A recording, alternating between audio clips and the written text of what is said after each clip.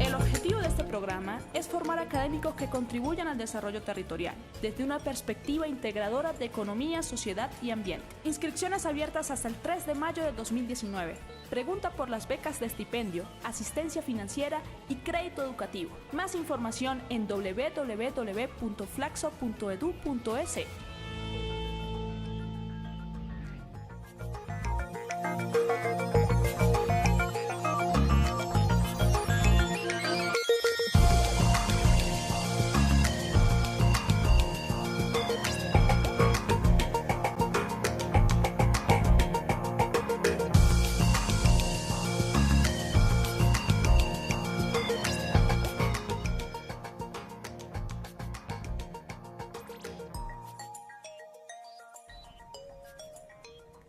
Buenos días con todas, con todos. Bienvenidos a esta nueva edición de Medio Mundo. Es un programa que le apuesta a transformar los discursos dominantes, capitalistas y extractivistas sobre la naturaleza. Trabajamos colectivamente desde la Maestría de Estudios Socioambientales, orientando nuestros esfuerzos a la conservación de la naturaleza, los territorios y los cuerpos vulnerables a la explotación de recursos naturales.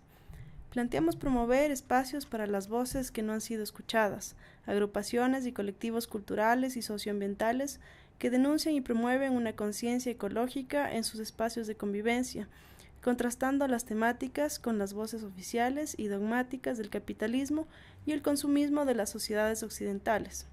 Por supuesto, tenemos un enfoque feminista. Nuestro objetivo es promover una visión crítica de la manera en la que nos relacionamos con nuestro entorno, nuestro territorio y la naturaleza. Los objetivos específicos que tenemos con este programa es promover distintas visiones sobre la explotación de los recursos, promover el interés de nuestro radioescucha en temas socioambientales e informar sobre las distintas problemáticas coyunturales.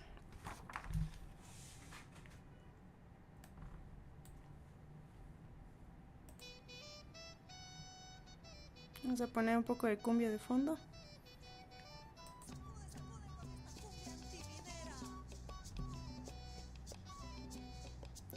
Bueno, el programa de hoy, este lunes 8 de abril del 2019, haremos reflexiones y análisis sobre el evento de la semana pasada, Agua para Todos. Esto fue el 27 de marzo en el marco del Día Mundial del Agua. Un evento que tuvo lugar aquí en la Flaxo. Fueron 2 días. El primer día, el 27, hubieron ponencias, mesas de diálogo, y el segundo día hubieron mesas de trabajo. Lo que queremos el día de hoy es de alguna manera compartirles un poco de lo que sucedió ese día. Lo hemos cubierto de aquí desde Flaxo Radio, y entonces preparamos algunos fragmentos para que los puedan escuchar si es que se lo perdieron, y si no, lo escuchan de nuevo y lo vamos analizando acá en el programa. A continuación, vamos a escuchar las palabras de Beth Vallejo, profesora acá de Flaxo. Ella es la directora de la Maestría de Estudios Socioambientales y fue quien convocó y fue parte de la organización, acá representando a Flaxo y a la maestría, ¿no? Entonces ella dio palabras de bienvenida y hizo una reflexión importante sobre la forma en la que se gestiona el agua, la forma en la que se gestionan los recursos, las desigualdades que existen, a quién se le da mayor privilegio, a quién no, y pues bueno, también lo hace desde un lugar un poco teórico, ¿no? Bueno, les dejo el audio de la grabación. Espero que lo disfruten y aprendamos mucho.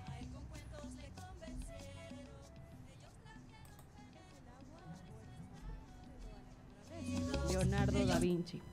Palabras de bienvenida de la doctora Ivette Vallejo, representante de la Flaxo Ecuador. Buenos días a todos y todas. Agradecemos su participación, el estar aquí presentes. Vamos a dar inicio a este evento por el Día Mundial del Agua, que se celebra el 22 de marzo.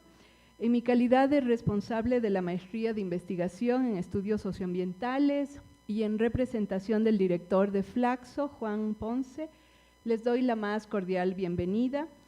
Les quisiera recordar que la Asamblea General de las Naciones Unidas adoptó en 1992 una resolución por la que el 22 de marzo de cada año se conmemora el Día Mundial del Agua, en conformidad con las recomendaciones de la Conferencia de las Naciones Unidas sobre el Medio Ambiente y el Desarrollo en el capítulo 18, Recursos de Agua Dulce, del programa 21, que contiene la protección de la calidad y el suministro de los recursos de agua dulce, aplicación de criterios integrados para el aprovechamiento, ordenación y uso de los recursos de agua dulce.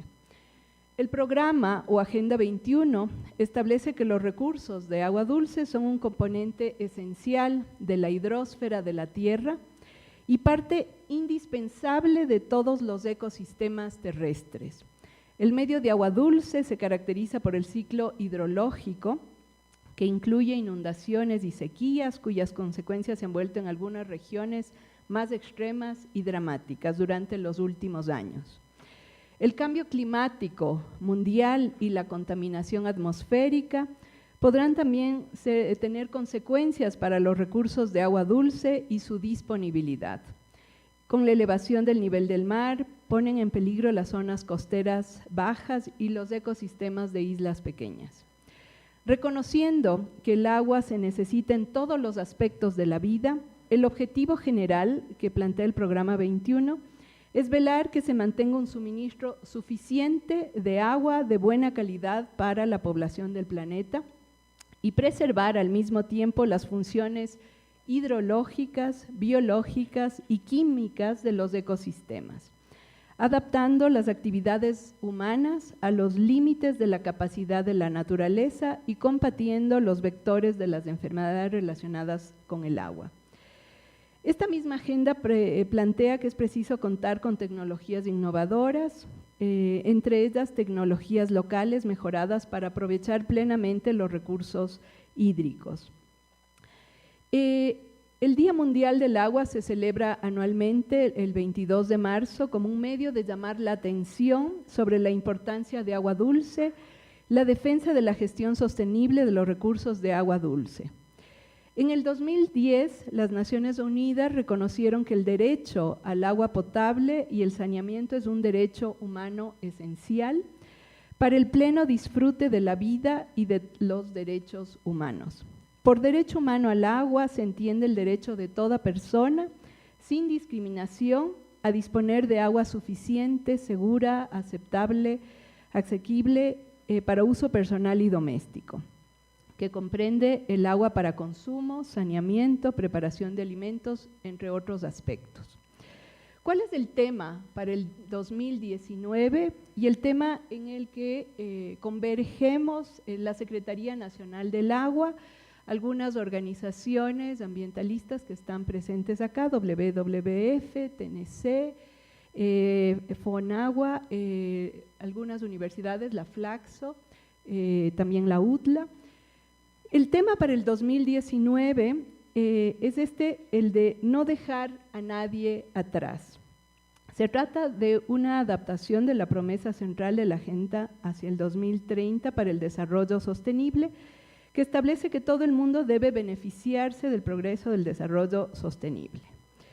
La ONU reconoce que alrededor de 4.000 millones de personas, casi 2/3 de la población mundial, padecen de escasez grave de agua durante al menos un mes al año.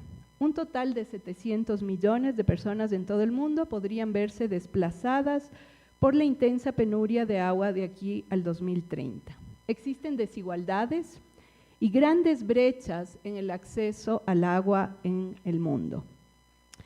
Ahora, ¿qué establece la Constitución del Ecuador?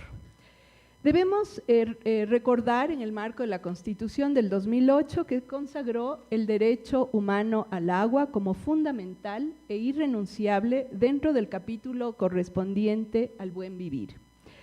Además, se reconoció al agua como patrimonio nacional estratégico de uso público, inalienable, imprescriptible, inembargable y esencial para la vida, ligando íntimamente su ejercicio a otros derechos humanos como la soberanía alimentaria, que se garantice el derecho a la alimentación, la salud, la cultura, el derecho a un ambiente sano, a construir y mantener la identidad cultural, a un hábitat seguro y saludable y a una vida digna. La Constitución reconoce una interdependencia en tanto el ejercicio del derecho humano al agua está vinculada a la satisfacción de otros derechos. El derecho a la salud, vida digna, trabajo, vivienda digna, soberanía alimentaria. Todo ello en consonancia con el artículo 14 que reconoce el derecho de la población a vivir en un ambiente sano y ecológicamente equilibrado, que garantice la sostenibilidad y el buen vivir, el summa causae. Esto en el capítulo 2, Derechos del Buen Vivir, sección 1, Agua y Alimentación. Por otra parte, la Constitución reconoce a la naturaleza o Pachamama como sujeto de derechos y como tal se desprende la obligación del respeto integral de su existencia y el mantenimiento y regeneración de sus ciclos vitales, estructura, funciones y procesos evolutivos del agua. Se plantea en el título 7 del régimen del buen vivir que el Estado garantizará la conservación, la recuperación, el manejo integral de los recursos hídricos, de las cuencas hidrográficas y caudales ecológicos asociados al ciclo hidrológico, que se regulará toda actividad que pueda afectar tanto la calidad como la cantidad del agua y el equilibrio de los ecosistemas, en especial las fuentes y zonas de recarga de agua. La sustentabilidad de los ecosistemas y el consumo humano serán prioritarios en el uso y aprovechamiento del agua. Se plantea que se debe garantizar el manejo del agua con un enfoque ecosistémico. El artículo 318, inciso final de la Constitución, establece un orden de prelación con respecto al agua. En primer lugar, el agua para consumo humano. En segundo, el riego que garantice la soberanía alimentaria. En tercer lugar, caudal ecológico y en un siguiente peldaño están las actividades productivas.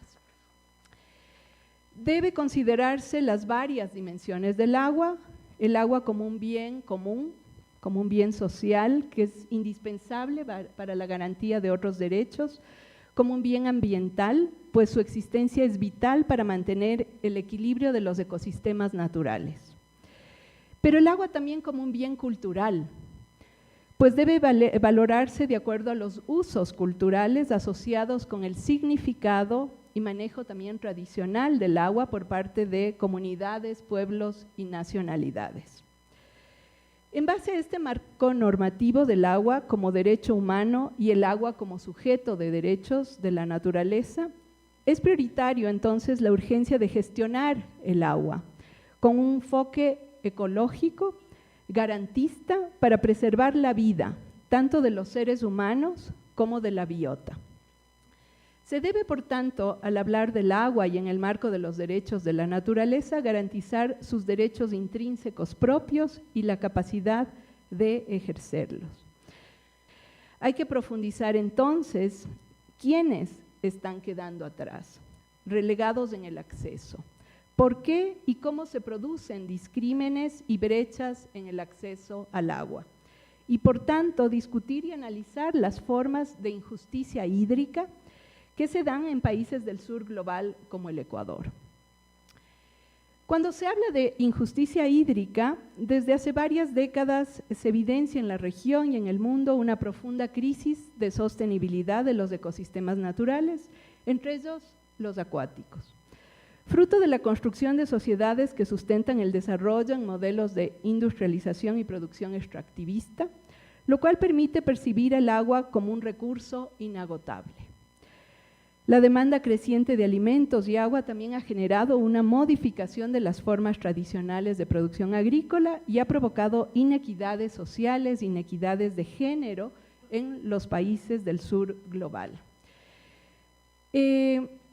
Distintos conflictos socioecológicos también se relacionan con el agua.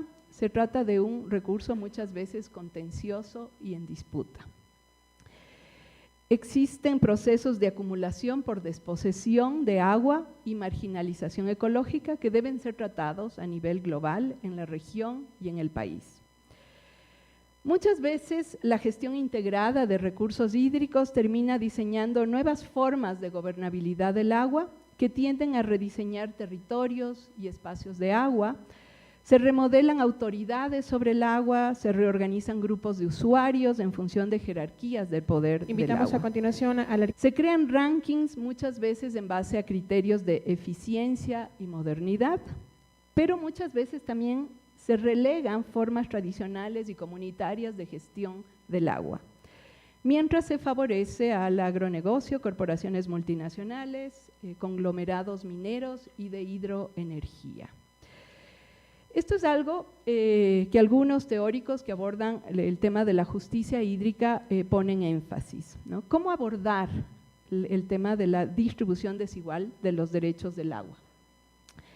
Esto mientras incrementa la demanda del agua y se disminuye su disponibilidad. Entonces, es importante abordar, cuando se trata de temas de injusticia hídrica, el tema de las cantidades, las transferidas de actividades, los derechos de comunidades versus la predación. En definitiva, hay que visualizar los temas de la desigualdad en el acceso a los recursos hídricos y es importante avanzar en pro de la justicia hídrica. Considerar el tema de la distribución justa en términos de justicia socioecológica, reconocimiento de identidades culturales, derechos, prácticas locales del agua y el tema de una participación inclusiva de todos los actores, Estado, sector privado, sociedad civil, en la toma de decisiones en la gestión hídrica.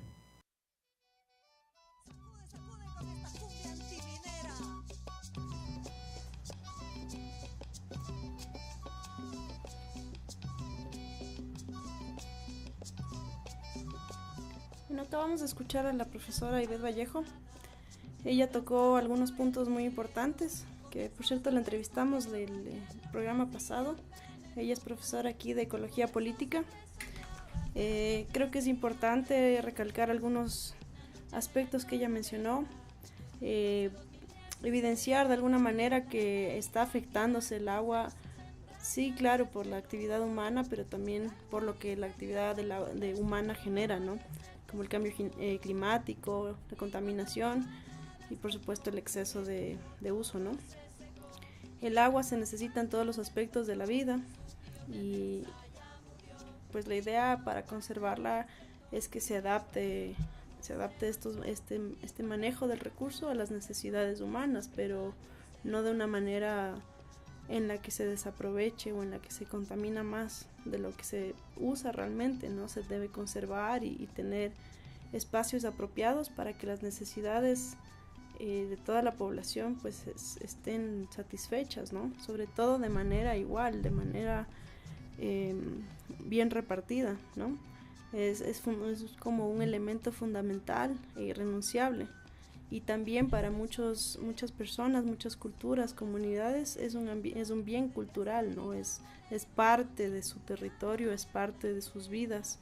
Claro, como todas las vidas, pero para ellos tiene un simbolismo y un significado mayor, diferente, ¿no? Desde otro lugar. Bueno, también mencionó Ivette que es importante guardar los derechos intrínsecos propios del agua, como dentro de los derechos de la naturaleza que están inscritos aquí en la Constitución. Y claro, ¿no? También defender y ejercer sus derechos, ¿no? Perdón, quise decir sus derechos de ejercerlo, ¿no? Que se garantice sus derechos de ejercer esta protección del agua. Bueno, yo les quiero comentar que vamos a escuchar de este evento, del Día El Agua para Todos. Vamos a escuchar vamos a contrastar un poco opiniones y percepciones. Y creo que ahorita escuchamos una versión bastante académica, que es Ivette, quien sí ha hecho estudios en el campo, pero lo ha transmitido desde la academia, ¿no? Aquí desde Flaxo, desde las formalidades. Y me gustaría que ahorita escuchemos el testimonio de la compañera Elizabeth Durazno. Ella es una defensora del territorio, ella es defensora de su pueblo, de su agua, de su campo, de sus páramos. Ella viene de Molleturo, en Cuenca, en la provincia de la Suay. Y bueno, ellos tienen allá graves problemas de minería, ¿no? Está allí la empresa, el proyecto minero Río Blanco, y pues han tenido una lucha incansable, una resistencia muy importante, y es como, la verdad es como que alguien venga y riegue un montón de desechos en nuestro lavabo y ya no podamos ni beber, ni cocinar, ni nada. Entonces, dimensionar un poco, ¿no? Qué es lo que se está intentando imponer, qué tipo de proyectos, a cambio de qué estamos vendiendo nuestro país, bueno, pues como a nivel de Estado, pero lo más importante es nuestro territorio, ¿no? ¿Qué es lo que estamos buscando? ¿Qué estamos permitiendo que el gobierno haga, ¿no? Entonces, bueno, les dejo aquí un poco con el testimonio de ella. Creo que van a entender mejor qué es lo que estoy diciendo con las palabras de la compa Eli.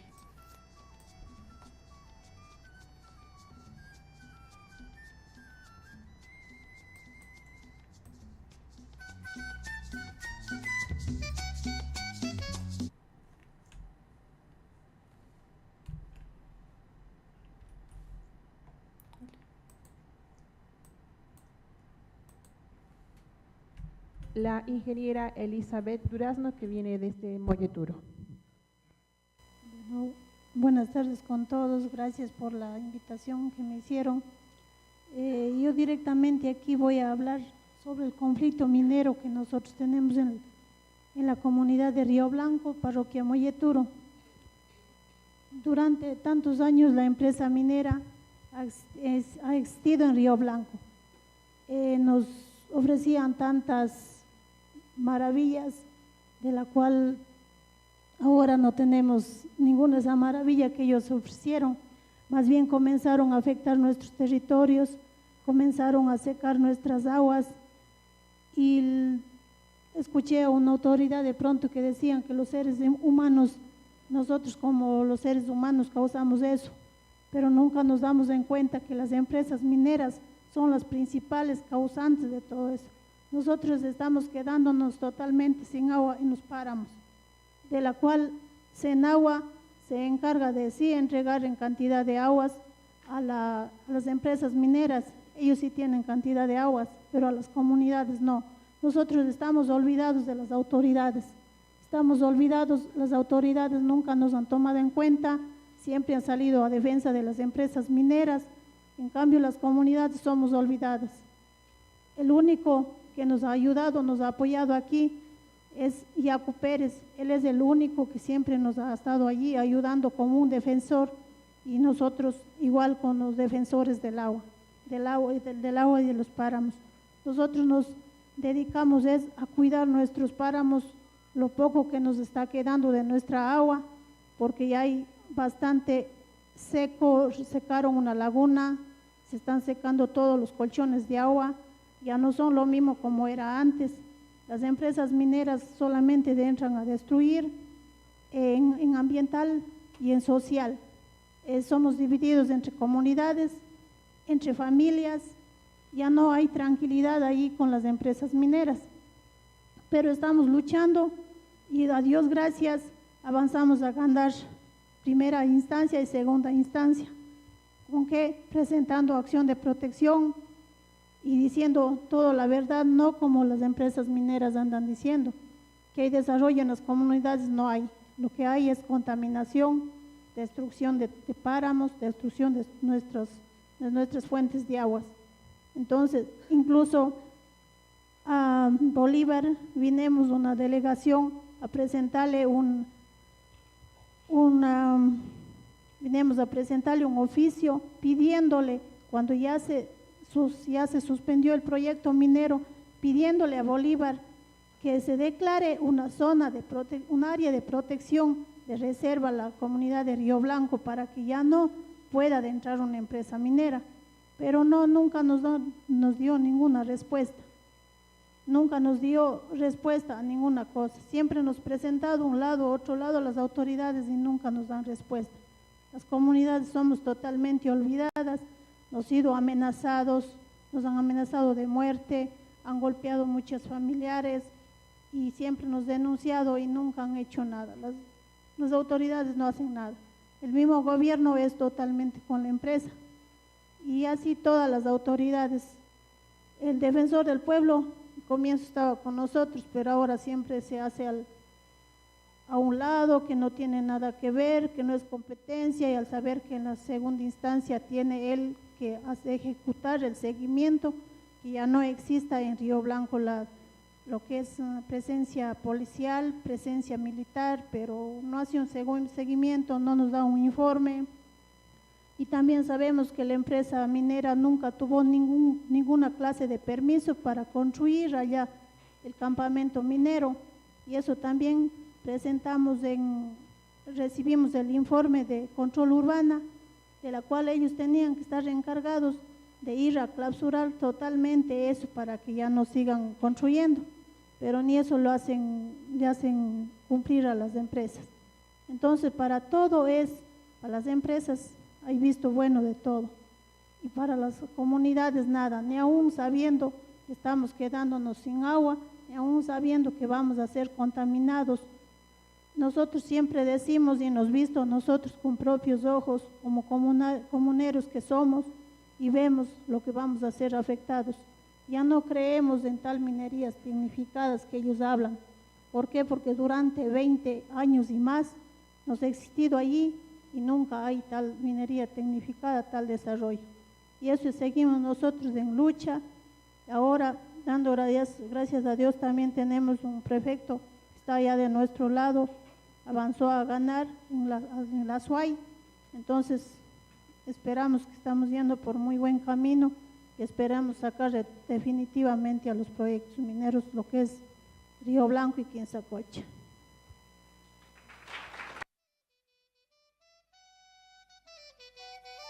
Sacude, sacude con esta cumbia antiminera.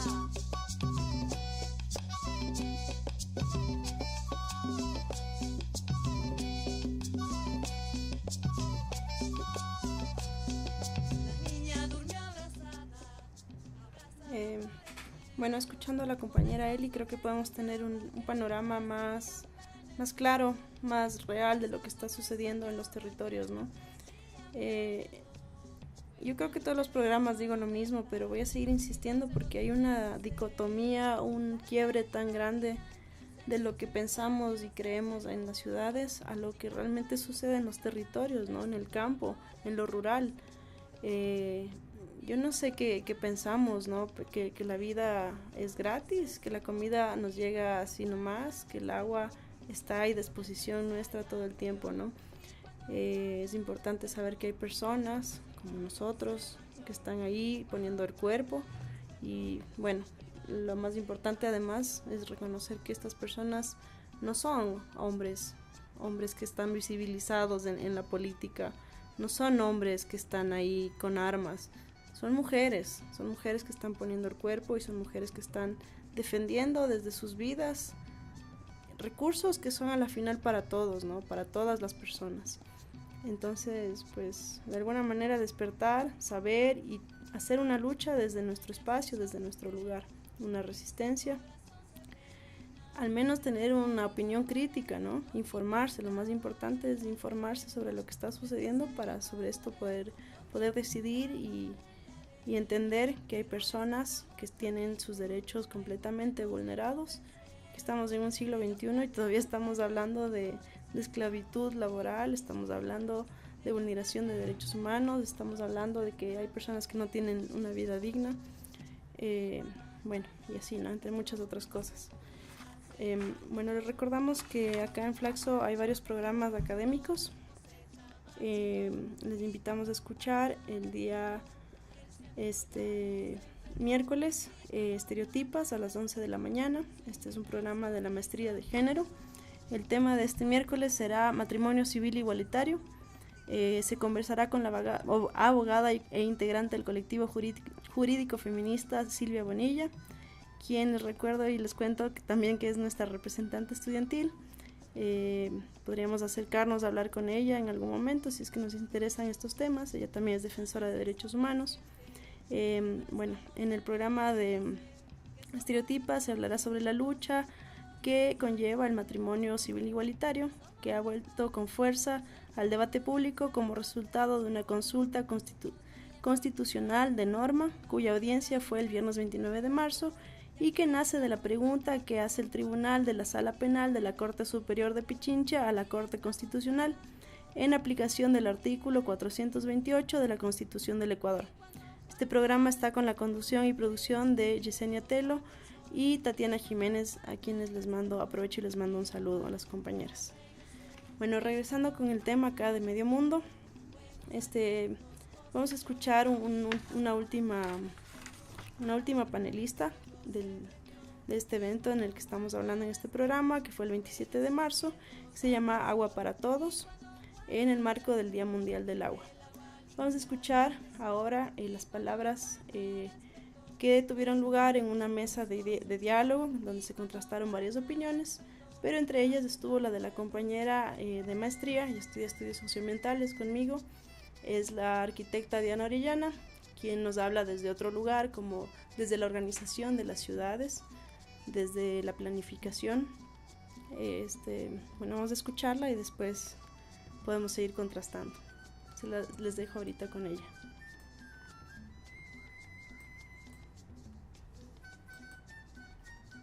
Tatiana Orellana de Flaxo. Recordamos que la pregunta planteada es ¿qué cambios se deben promover en las políticas hídricas en conjunto y cuáles deberían ser priorizados? Continuamos con ese micrófono.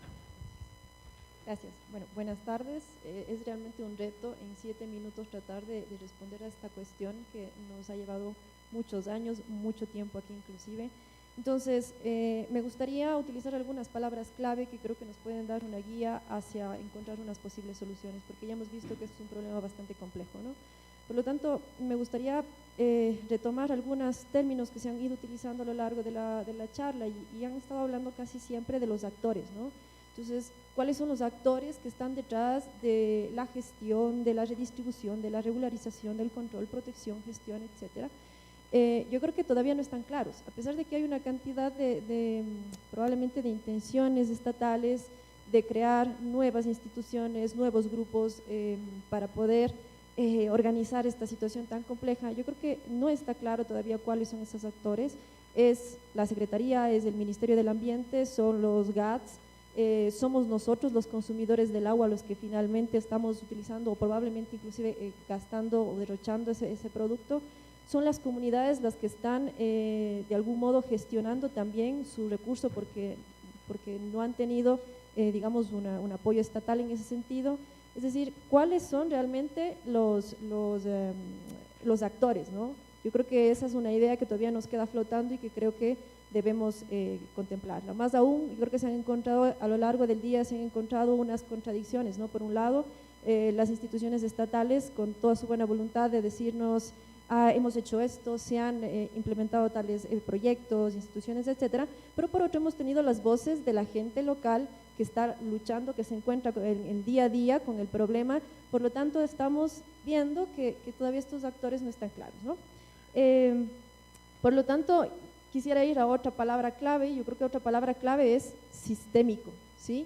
Una visión sistémica. Yo creo que nos estamos olvidando de eso. Yo creo que la presentación previa fue muy clara porque nos mostró cómo, a pesar de que tenemos un sistema nacional de áreas protegidas, a pesar de que tenemos toda la intención con las ACUS de proteger cuencas hídricas, nos estamos olvidando que el sistema hídrico es eso, es un sistema, por lo tanto hay unas interrelaciones que no solamente se vinculan entre el propio sistema, entre el propio recurso hídrico, sino que además está interrelacionado con la biodiversidad, con la vegetación, es decir, es mucho más complejo de lo que nosotros estamos pensando, ¿no?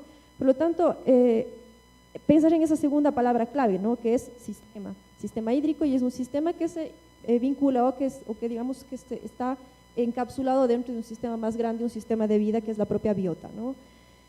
A partir de ahí me gustaría ir a una siguiente palabra clave, ¿sí? Y que forma parte de lo que quisiera compartirles, que es la infraestructura verde. Igual en la presentación que nos precedió se comentó, y esta infraestructura verde, más allá de ser un neologismo, yo creo que esconde detrás de sí un concepto muy importante, que es justo esa intención de traer a la realidad ese concepto o esa dificultad que tenemos los humanos de entender esa condición sistémica de la naturaleza. ¿Sí? Por lo tanto, esta idea de infraestructura verde, yo quisiera más bien invitarles a que empecemos a pensar de esa manera, porque si no entendemos esas relaciones que hay entre el cerro, entre las cuencas hídricas, y luego qué pasa con ese recurso una vez que es utilizado, luego ese recurso es transformado, es contaminado y sale como un efluente y sigue contaminando aguas abajo, ¿no? Es decir, nos ha servido, pero luego esa agua ha sido transformada y ya no va a ser útil.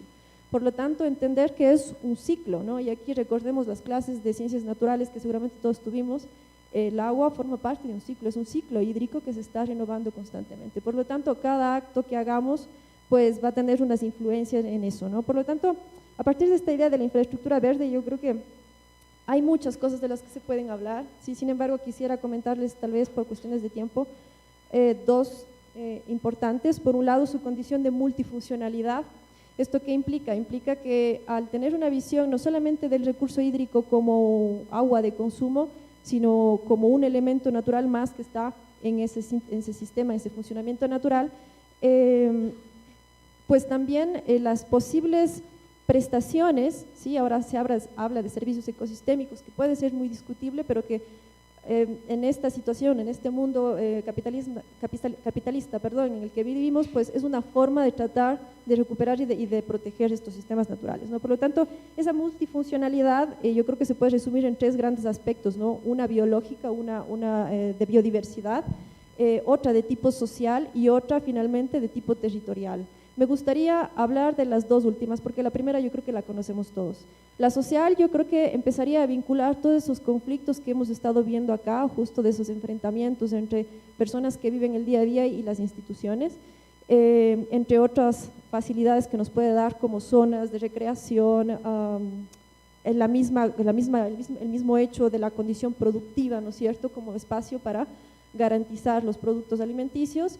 Y una tercera, que es la territorial, y es que de algún modo tenemos que empezar a cambiar esta visión de ciudad o desde la ciudad hacia la naturaleza, tal vez posicionarnos en el otro lado, intentar digamos, darle una voz a ese ente o a ese otro actor que es la propia naturaleza, y empezar a planificar las ciudades o a pensar el crecimiento de las ciudades en función de esas condiciones naturales que nos están hablando, que nos están diciendo su funcionamiento y su estructura, y que son nuestra base para nuestro desarrollo en general, ¿no?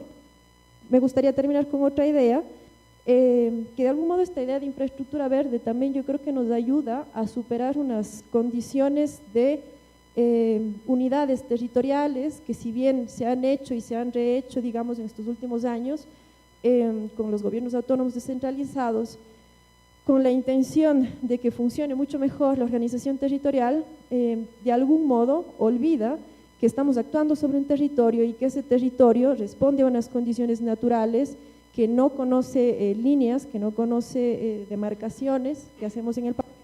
Por lo tanto, hablar de infraestructura verde implica también hablar de superar límites administrativos, ¿no? Es decir, tratar de entender esos funcionamientos y superar esa condición.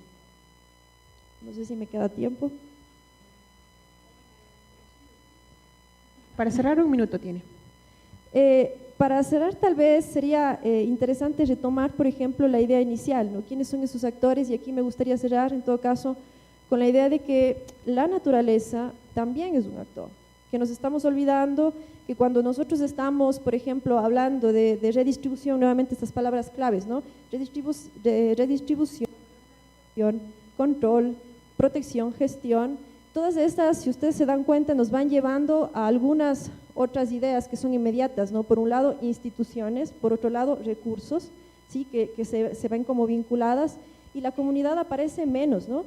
No se diga el no aparecer de otro actor que es fundamental y que es la naturaleza. Entonces quisiera que retomemos esa idea de la naturaleza como un ente vivo, como la base propia, ¿no es cierto?, sobre la que nos desarrollamos. Entonces, si superamos eso y si empezamos a trabajar con ideas clave como sistémico, como infraestructura verde, yo creo que nos estaríamos acercando tal vez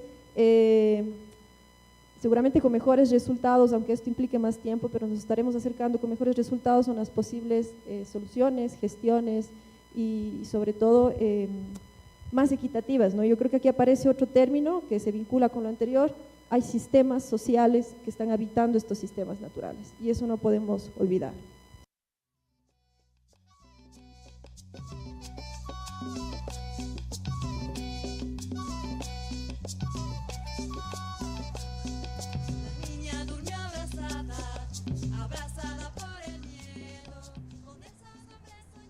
Bueno, acabamos de escuchar a la arquitecta Diana Orellana. Ella hizo de alguna manera una recopilación, un resumen y dio varios puntos bien importantes para tomar en cuenta. Claro, desde la planificación de las urbes, desde lo que se debe considerar al actuar, ¿no? Al estar en una ciudad y obviamente al diseñarla y planificarla, ¿no? Como lo estábamos diciendo. Bueno, Diana dijo un par de cosas como bien importantes. Ella habla de un sistema hídrico y entonces es importante que un sistema conlleva un montón de elementos interactuando entre sí, ¿no? Y que todos estos elementos hacen parte de un sistema vivo. Y el agua, pues el agua está viva, ¿no? El agua además nos da vida. El agua es bien importante en todos los aspectos, todos los aspectos humanos, naturales, bueno, todos los aspectos que existen. Entonces es importante dimensionar qué es lo que abarca un sistema hídrico que tiene además un ciclo del agua que se está renovando y regenerando todo el tiempo, y que si es que se va contaminando eso, pues ese ciclo va a continuar y a funcionar de manera contaminada, y eso finalmente va a llegar a las personas y a los seres que consumimos de esta agua, ¿no? Entonces es importante hablar y notar y darse cuenta de las consecuencias que esto provoca, porque es que ya no es tan lejano, no es estas personas, estos territorios lejanos a los que nunca voy a ir porque que ya se contaminó, sino que eso nos repercute. O sea, lo que quiero decir es que finalmente no hay una división real de lo que es un país, de lo que es un estado. Eso es una construcción social. Si algo pasa en la Amazonía, en el Brasil, pues finalmente por el viento, por el agua, como sea, nos va a llegar a nosotros acá en el Ecuador. Y así en Estados Unidos, y así en Alemania, que son los principales que contaminan, ¿no? O sea, no en un afán de decir que quien lo hace después va a tener su consecuencia o su repercusión, sino en el afán de decir que es un sistema grande. El planeta Tierra tiene muchos ecosistemas en donde va fluyendo y confluyendo un montón de elementos y situaciones. Entonces, si se contamina en un lugar, finalmente nos va a afectar al otro lado del mundo, ¿no? Bueno, Diani también habló de la infraestructura verde, y pues con esto también ella decía que se tiene que pensar todas las consecuencias, ¿no? Lo que estábamos diciendo hace un ratito, si es que en las ciudades se empieza a planificar, bueno, es un poco triste también decir empezar a estas alturas de la vida, ¿no? Debimos haberlo pensado antes, pero bueno, es importante pensarlo de aquí en adelante, y ahí sí cabe lo que dice Diani, que es empezar a pensar en infraestructuras verdes que piensen en que no se contamine y que haya un consumo eficiente, ¿no? Para que no haya desperdicio ni pues se consuma más de lo que se debe, ¿no? Y claro, eso tiene que ir de la mano con los sistemas sociales, con los sistemas de educación, esto es transversal. Y eso me lleva al último punto que mencionó Diani, que es pensar en los actores que estamos inmersos en esto, ¿no? Entonces, actores sí, la humanidad o las sociedades, pero actores también los elementos, la naturaleza, el territorio, el agua como actor principal, que también es sujeto de derechos, ¿no? Como decía Ivette. Entonces, bueno, vamos a ir finalizando ya con el programa. Quería agradecer a las personas que participaron indirectamente, pues de su participación en este evento, pues hemos podido sacar conclusiones bien interesantes, hemos podido retransmitir y mostrar a las personas que no pudieron asistir. Y pues bueno, les recuerdo que esto queda colgado en nuestro canal de YouTube y en la web de flaxoradio.com.es. Bueno, vamos terminando. Un gusto haberles contado el día de hoy del agua, y nos vemos de aquí en 15 días con otra edición de Medio Mundo. Gracias, hasta la próxima.